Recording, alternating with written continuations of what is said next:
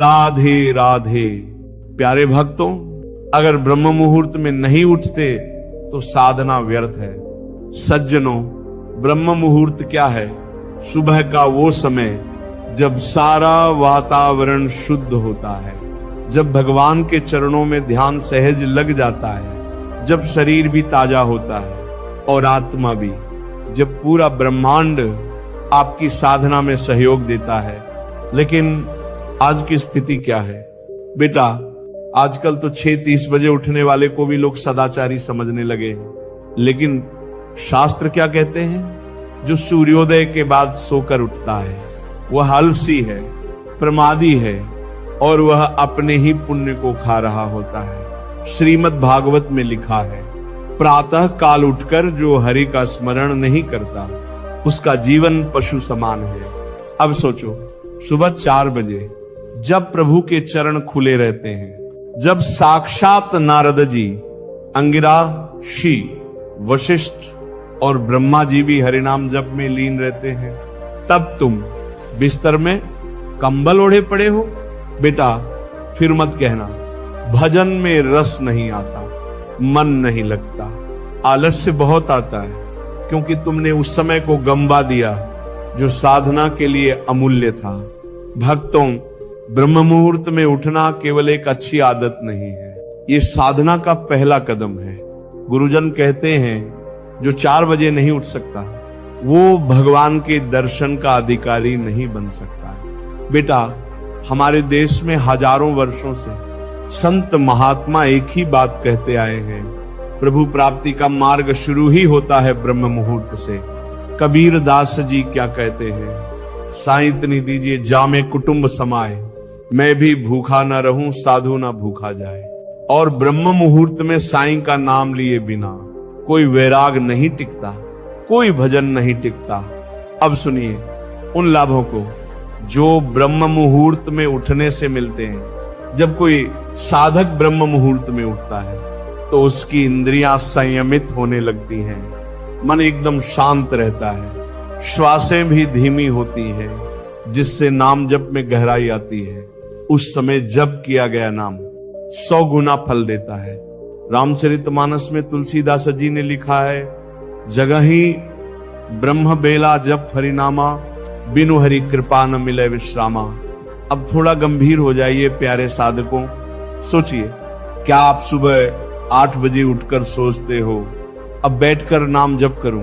तो बेटा, कौन सा नाम जप करोगे? शरीर में तमस भरा है, मन घर दुकान की, इंद्रियां रात भर फोन पर लगे रहने से थकी पड़ी हैं। कहां टिकेगा ध्यान? सज्जनों, कितने लोग शिकायत करते हैं, महाराज जी मन नहीं लगता भजन में, महाराज जी एकाग्रता नहीं आती, महाराज जी ब्रह्मचर्य टूट जाता है बार बार। तो पूछो अपने आप से, क्या आप ब्रह्म मुहूर्त में उठ रहे हैं? क्या उस दिव्य बेला में बैठकर हरिनाम ले रहे हैं? अगर नहीं तो ये सब शिकायतें व्यर्थ हैं। अब मैं आपको एक गांव का किस्सा सुनाता हूं। एक बाल ब्रह्मचारी था, सुबह 3:30 बजे उठकर ठंडे पानी से स्नान करता था, 4 बजे आसन पर बैठ जाता और 2 घंटे तक बिना हिले डुले नाम जप करता। लोग हंसते थे, अरे इतनी ठंड में कौन उठता है, इतना क्या भजन करेगा तू? लेकिन वही बालक कुछ ही वर्षों में ब्रह्मचर्य, ध्यान और सेवा का प्रतीक बन गया। उसके दर्शन मात्र से लोग पुलकित हो जाते थे। और वही गांव का दूसरा युवक था जो सुबह 7 बजे उठता, मोबाइल चेक करता और फिर चाय पीते पीते सोचता, चलो थोड़ा ध्यान कर लें। 5 मिनट में ही जम्हाई आने लगती और धीरे धीरे भजन छूट गया, ब्रह्मचर्य भी गया और जीवन भी सामान्य हो गया। फर्क कहां था बेटा? सिर्फ सुबह उठने के समय में प्रेमी आत्माओं, ब्रह्मचर्य, भजन, सेवा, ध्यान और भगवत कृपा, इन सब की कुंजी है ब्रह्म मुहूर्त। अब थोड़ा आत्मनिरीक्षण करें। क्या आप सचमुच भगवान को पाना चाहते हैं? क्या आप सच में आत्मा की शांति चाहते हैं? क्या आप ब्रह्मचर्य टिकाना चाहते हैं? तो बस एक संकल्प लो, कल से सुबह 4 बजे उठना है, कोई बहाना नहीं, कोई शर्त नहीं, बस उठना है। शुरुआत में कठिन लगेगा, लेकिन ध्यान रखो, भगवान के प्रेम में जो कठिन नहीं लगता, वह प्रेम कैसा? बेटा, साधना का बीज ब्रह्म मुहूर्त में बोया जाता है। अगर तुम ये नहीं कर पा रहे तो तुम्हारे भीतर जो कुछ भी है वह धीरे धीरे सूख जाएगा।